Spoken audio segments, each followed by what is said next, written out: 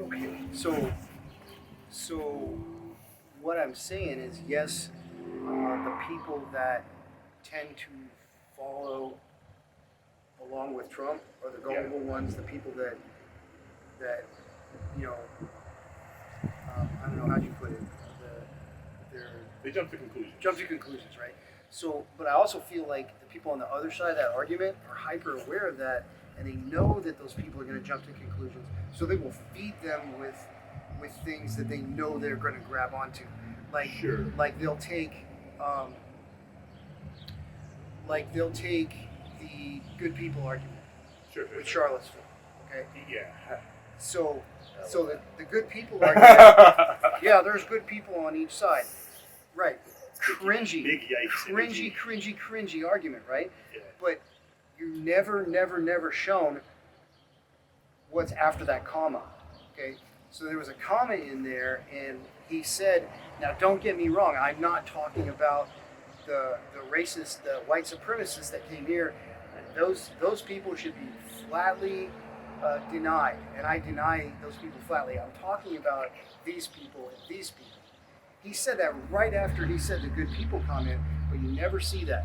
So, I mean, if anything, right? Because I'd like to follow that, in the sense of, all right, it absolves you of any sort of, so I don't think that absolves him of the cringiness of it or the responsibility of it. But what I'm saying is how it's presented and how the masses see that. Sure. They're not shown the entire thing. They're just showing the part that makes them mad, right? Yeah. They're just showing the part that makes them mad, not in full context. Right? Yeah. I feel like it wouldn't have made people as mad. They still would have thought, dude, you shouldn't have said that. But because if you go forward and you start talking about the Proud Boys, right? It's like Proud Boys, stand back and stand by. I mean, shouldn't have that said only means one thing, and it's the thing that makes Trump such a magnet for white supremacists and far right wingers is the fact that he speaks their language without speaking their language. If that makes sense. Yeah. He's really good at I don't know if it's intentional or what. It might actually be unintentional, but he just does allow devil to speak. So he will say something, and what he said has clear intent as it relates to those people, because they already interpret it as language that they're allied with, like language that they can resonate with and support. And that's really all the damage you need to do. Do you think that's intentional in terms of a manipulative technique? He is definitely a manipulator. Or do you think that that's just part of his makeup? That's just how he is. That's actually an integral part of Trump's persona. He is that kind of person where he wants you to believe a certain thing, like whatever it is. It could be, and it could be in all kinds of directions. But for him, there are no things that he says that that don't have alternatives. It's all. No, I don't disagree with that. I don't think that's any different than any other politician. Most, yes. I think that he's kind of galvanized, in a sense, like he's rallied, the modern GOP, they all rally behind him, and I've never really seen that in my lifetime. Yeah. Because I've never been, just in that manner, I'm not really a political person, but ultimately, when you have something just so it's like a solid mass, and it just that's effectively what happened, and that car needs some serious brake work. So the thing that bothers me the most, and it bothers me from both sides, is there you go, both sides. That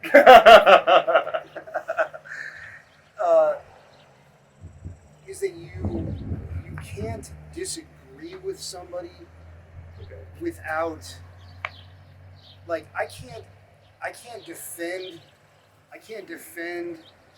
or the hyperbole, Okay. and I can't call out the logical inconsistencies and the faulty arguments against Trump without appearing to support Trump. Okay. You know, and vice versa. Like, you can't. It's the like the libtard snowflake, racist Yeah. I mean, here's the argument thing, that's the back and forth. But Yeah. but really, like, if somebody just says something that's just flat out stupid, Yes. directed at Trump, and it's just demonstrably wrong, but it's how they truly feel and believe, then you can't say, that's dumb. First of all, it's not factually true, and second of all, like, you're just having an emotional argument with yourself without appearing to support Trump. You know what I'm saying? No, I get it. Because I get that, like, every day, and honestly, my personal opinion is he's a garbage human being, Yes. right? Yes. Policy-wise, I think he floats with the wind. Yes. I agree with some of his policies, not all of his policies, and What policies? mostly fiscal policies.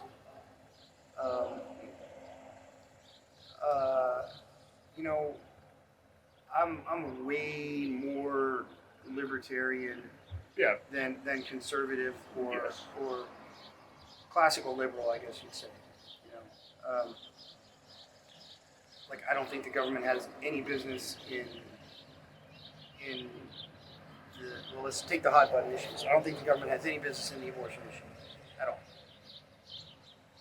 None. Who does? A person and their doctor. Okay. Now, if the Supreme Court's decided that that's a person's right, I mean, I think actually. So here's the thing. Like, hold on. If the Supreme Court's decided that that's a person's right, that should be the extent of the government's yes. involvement in it. Oh, of course. Period. And Full stop. to add to that, really, that's also because here's the thing. Like, ultimately, the courts deal with the legality, Right. and obviously, you can't not address it on a government level, Right. because But- it exists. But the Supreme Court decided that 40 years ago, Yes. 50 years ago. However, you have individual states that And decide. that's what the federal government's involvement in it should be. Is it's a state's issue. Is it though? Yes. Then what's the point of having a Fed lawful? Well, I mean, Lincoln and Douglas had a big series of debates about that, right? Because ultimately, if here's the thing, I get that we are separate states. Yes. So think about how initially when the United States was founded, right? What were the words that were used around that? The United States of America are. Yes. Okay. The United States of America are this or are that. If you see like the language in the Federalist Papers, it's kind of The states are, right? Yeah. But now it's America is. Okay. So it's gone away from that. It's gone away from the federalism towards this collective, one big overarching federal government that controls everything. When really it's state. That extends into the electoral college issue, the electoral college argument, right? The electoral college is meant for each state to decide who they want. Like, think of. But it's not. It's no longer practical. Well, it is. Well, let's dig into that. Then. Let's flesh it out. Think of it this way: the president of the United States is just the head governor. You've got 50 governors, and those 50 governors get their states together and say, well, who do we want to be the head governor? This guy. Thing Okay, is, though, that guy's why the is- head governor. So here's the thing. Who's voting for president? The people. That's what it should be. Yeah. So but that's the way it is. So here's the one But it's adjustment. not. Here's the one adjustment that I would make to the electoral college. It shouldn't be an all or nothing. But why? So here's what I mean. In Texas, how many electors are there in Texas? Like 55. So if somebody wins 51% of the vote, they get all 55 electors. I don't agree with that. I mean, I think it should be. That's why I'm saying that if you think about, because I mean, the original purpose of it actually was kind of racist, but if you look at it, like I said, even outside of that context, if you look at it, just because of that, based on examples such as those, when it becomes, because often, I mean, especially in later elections, it has become that a lot of times. And it's obviously swayed the election one way or another. So why isn't it that people can't just cast their votes, and that's what it is? Okay, because Los Angeles County has more population than But 42 other states That's combined. right. But Guess what? They're all people. yes, but It doesn't matter. it's a values issue. Okay, So what? so If more people. So people in Los Angeles have absolutely no shared values with people in Iowa, or Okay. or people in Kansas, or people in. So those people. So you're effectively, by not giving them that electoral vote, you're effectively taking their voices completely away. But you're not. You are though, because if it Why was don't just a Iowans strict, move to LA then? because they If can that's the afford it. case. Nobody can afford to live Okay. in LA, right? LA's already overcrowded. Was the whole world going to move to LA so No. they could vote? Absolutely not. So they should be able to vote and have their vote count where they live. Yeah, but that's exactly my point. They're individuals. You vote as an individual. Whatever your values are, you can vote for whomever you desire, whether it's on a municipal level, on a state level, and on a presidential level. So that ultimately isn't a deciding factor. It's just that your voice is your voice. Nothing more, nothing less. There's no shenanigans. There's nothing to depend on. It's just, okay, did you vote? All right, then your voice counts. There you go. And I like, because that's what every other democratic nation does. They have direct democracies. South Korea, Japan, wherever they have. And that's the problem with direct democracy, and that's the problem. What is the problem? Well, that's what our founders tried to avoid by setting up a representative republic. Do you think? Trying to avoid a direct democracy, because a direct democracy puts the minority at the whim of the majority. But it doesn't. Well, it does. Of course it But does. that's kind of the point, though. Think about it. That's literally the point of elections. If the majority of people want something, then that's what they get. So that's a slippery slope when you talk about the small minorities or the small majorities that we have today. It's razor thin margins. You got some of these states that were decided with less than 10,000 votes. Okay. Okay. Which is So- totally fine. No, I get that, but that you can't interpret that as a mandate for your platform. If you get like one person more than 50%, right? Right. Then you can't interpret that as a mandate. What would be mandated? Well, an overwhelming majority would show that you have a clear mandate of your ideas and your opinions. But one person more than the split down the middle doesn't give you a mandate. That means one person less completely disagrees with you, Right. and that's not. What's the issue? That the other person should have it then? I mean, No, that it should be ultimately, more what does that balanced. decide? That it should be more balanced. But that is balance. That's literally the definition of balance. Like you have that. Okay, I mean I can concede that. That's the definition of balance. But the people in the majority take it at there's no room for compromise. Okay, they don't see that slim majority as a need to work together and compromise. that they see that, and it doesn't matter who ends up on the winning side of that, whether it's red or blue, left or right, R or D. They both take that 1% minority or that 1% majority as we're going to do what we want. The rest of you can go to hell. Get on board if you don't like it, which is wrong. But that's in my opinion. ultimately because what the electoral college is supposed to do. And again, like the electoral college wasn't even instituted until later. Right. So it's not necessarily a founding fathers issue. That said, when you have effectively what you're doing is that you inflate. I mean, that's just how it works. You have somebody, like for example, rural Iowa, right? As it relates to their population, they have far more power. Like I said, in comparison to their population, like or Wyoming. Wyoming has like the population is like 500,000 people, maybe more now. I don't know. Our birth rate's probably good too. But at the same time,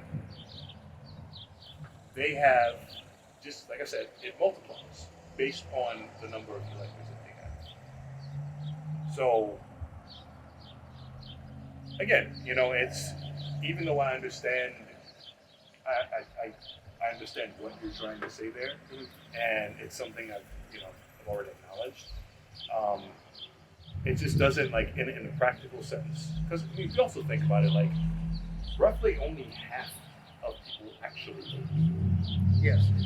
So I'm glad you brought that up, because let's talk about the Texas election. Okay, Texas is split down the middle.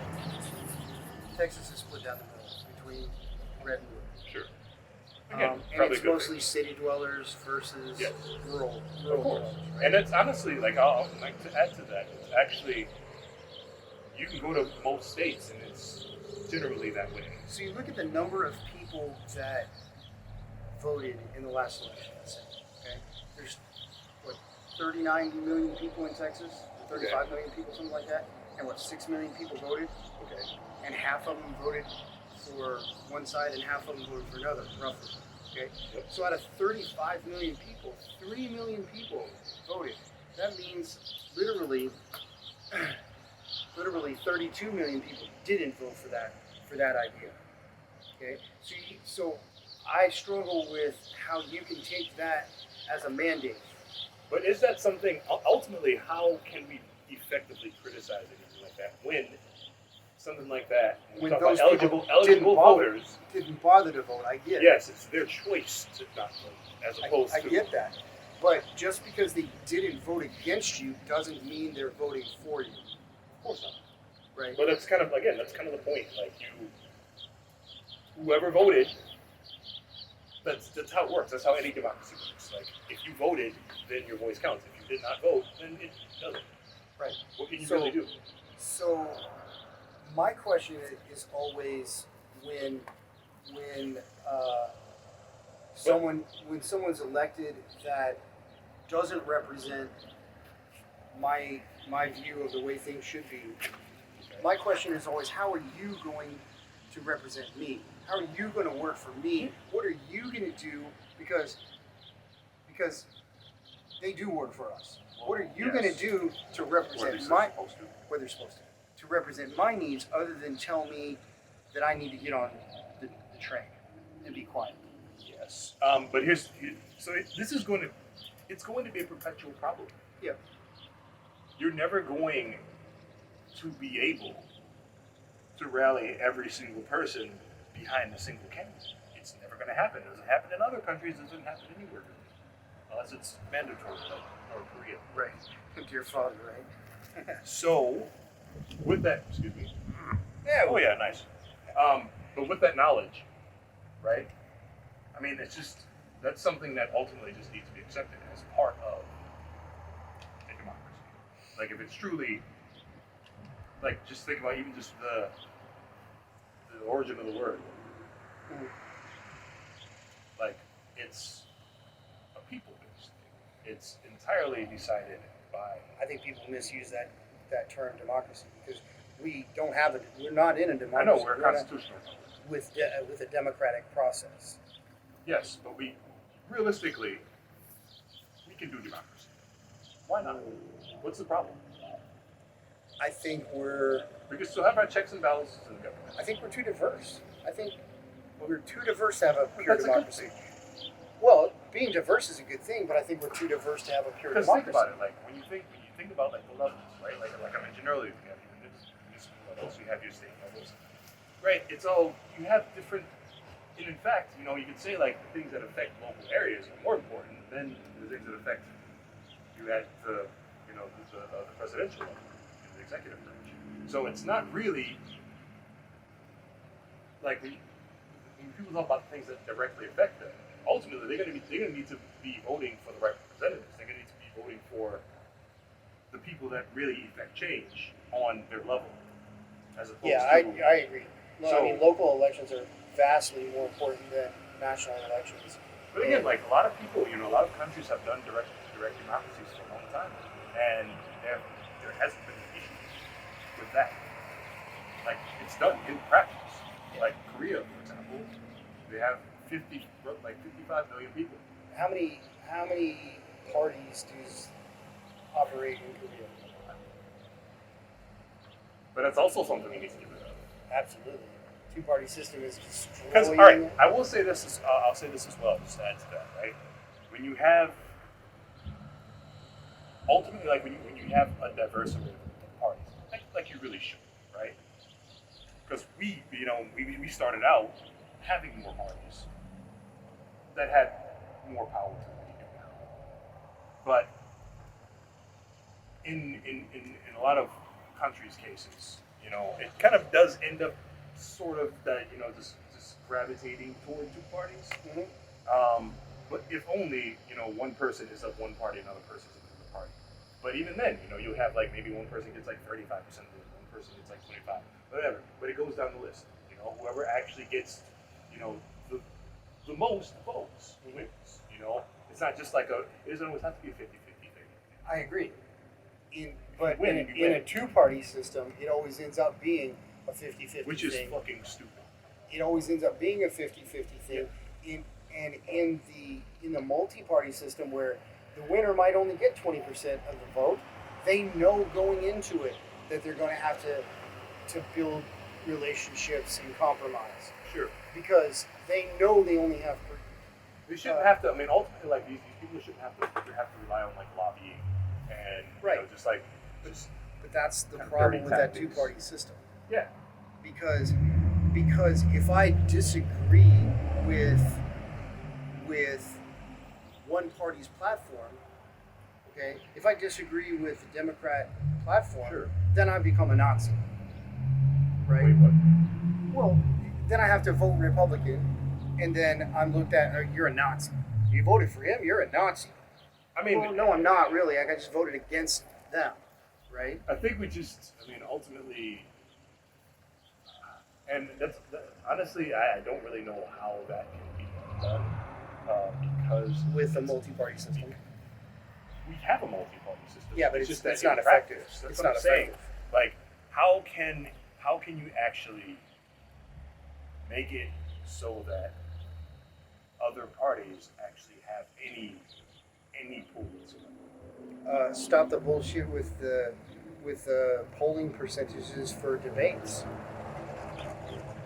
You have to poll in the double digits to be able to be on a debate, right? So a third party, so the last election, Joe Jorgensen, for instance, Libertarian Party, All right. she couldn't get on the debate stage because she didn't poll. She didn't poll in the double digits. Well, Kamala Harris, she polled at 3%. Yet she was up there on the stage, on the Democrat primary, right? I see a number of issues with that. It kind of harkens back to what I was saying earlier. Just people. It's just how we've defaulted, and we also have the fact that we have these primaries. it just lends itself to it's kind of A popularity contest. It funnels into just having those two parties. So ultimately, it's just like, okay, you can have a Democratic primary, you can have a Republican primary. Everything just funnels into it. So then you're left with two guys debating each other, and then everything goes on. It's like the show goes on. It's just And honestly, I think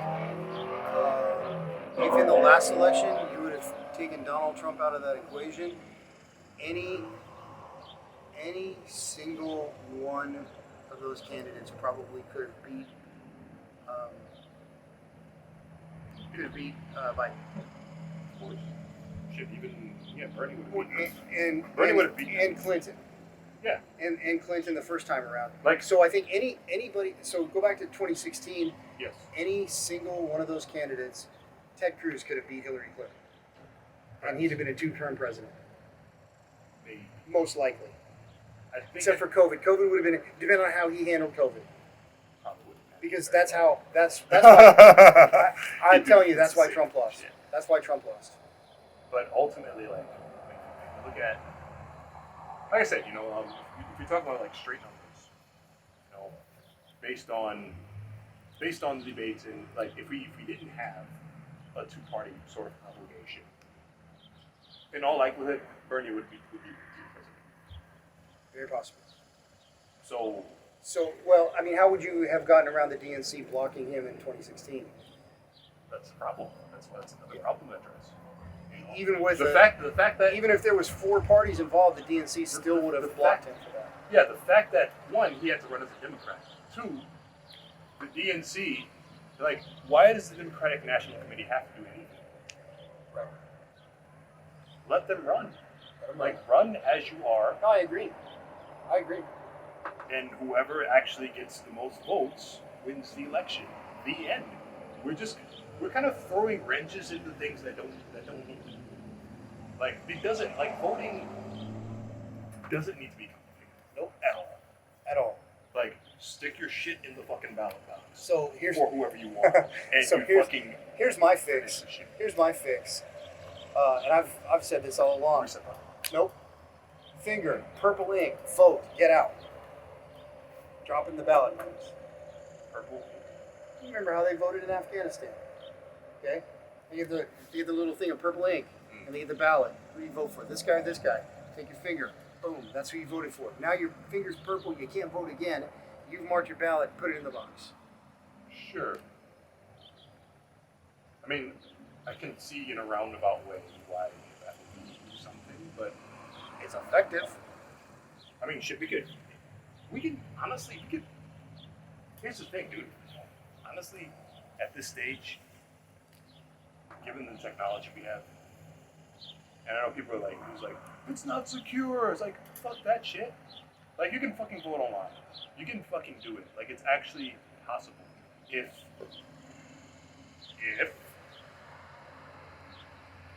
it's actually made secure. Yeah. Like, it's not an issue of can or can't. And in fact, you'd see so many more people voting. Because see, it like the security of it would have to be in the hands of someone that had absolutely no skin in the game. Sure. But also, as it relates who to would that be? Even poll workers, like they have a job. They have an important job to do. Why? Because they are not supposed to be involved in the process. So it's the same, all effectively, except not direct. Like you aren't a physical human doing this. You are vote, and this happens, and errors will probably happen. That's inevitable, especially with our shitty fucking. But it would be a bigger turnout. So if they implement the right encryption, then it would be very possible.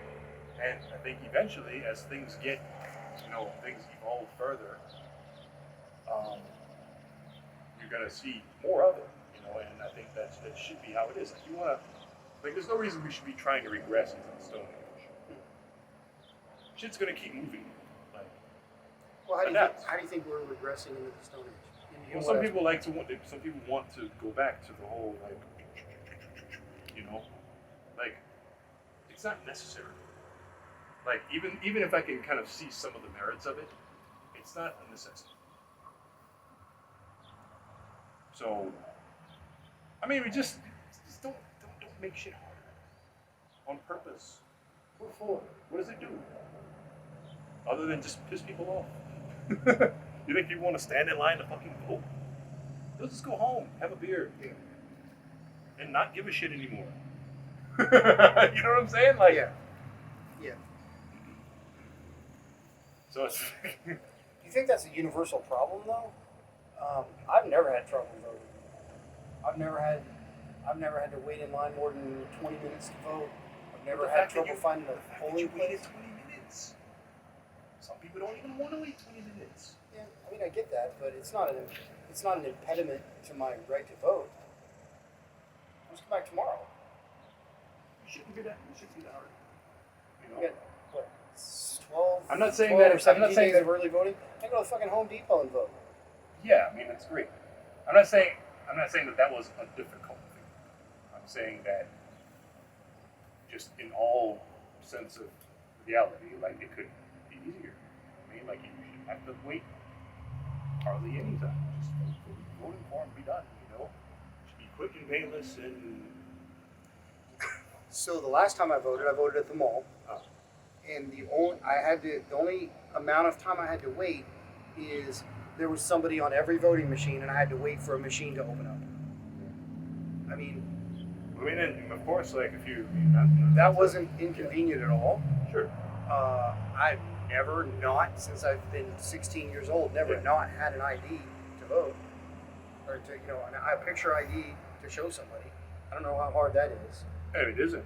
The thing is, though, like, I mean, some states, of course, you've heard about it before, but. Well, I've heard about it, but I don't. But they want to make I the question the process veracity of it. Whether it's really, like, is it that hard? No, I mean, like, in terms of, like, actually making the voting process harder in the name of election. Like, give me an example. Like what's happening in Georgia.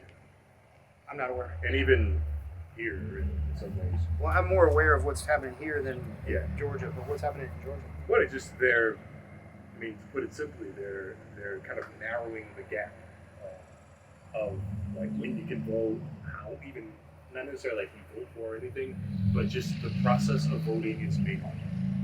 Like I don't know every single detail off the top of my head, but that's the gist of it. But so because I know in Texas, there's the argument on one side that they're restricting voting. Yes, that's never good. Why would you ever want to do that? But I feel like that's kind of misrepresented because what's actually happening is in, let's say, in places like Houston, okay, because of COVID, they implemented 24-hour early voting because of COVID. Okay, a temporary thing, right? Perfect. In places, so let me finish. In places like Nakona, okay, that county, I think it's Wise County, doesn't have the resources to fund 24-hour voting for their county. It's a valid point. So they literally had nothing. Yeah. They had to go to like a different. Yeah. They had to travel miles to vote early. Okay? Yeah, it's garbage. So what the Texas legislature is doing is evening it out for everybody. Now they didn't default to the 24 hours for everybody because that was a temporary COVID restriction. But what they did is went from 12 days to 17 days, but they limited the hours or they mandated the hours. Okay? So instead of saying you can be open for 24 hours because of COVID, they mandated you will be open from this time to this time. That way, counties like people in Nakona have much more expanded opportunity to vote. Even though people in Houston had less, because they didn't have the full 24 hours, they had more days. Okay? So I feel like that gets misrepresented as they're trying to take away their right to vote in Houston. There's actually, there's obviously more to it than what I've indicated. Yeah. Like, I don't know all of it. Like I said, I don't know. Well, it's nuanced. It's very nuanced. And it's, because these pushes for voting restrictions are Republican pushes, and ultimately because they know where a lot of Democratic voting is concentrated. In the cities. They're very aware of that. Yeah, everybody's aware. And what do a lot of minorities vote typically? Well, a lot of minorities vote in the cities. They live in the cities. Yes. And vote that way. And correct. So them knowing that, it's just like I said, and like I said, there's more detail to it than I can tell you right it's now. much more nuanced, yeah. But it does exist. So on that note, actually, it's all time. Peeing is also essential. Peeing is essential.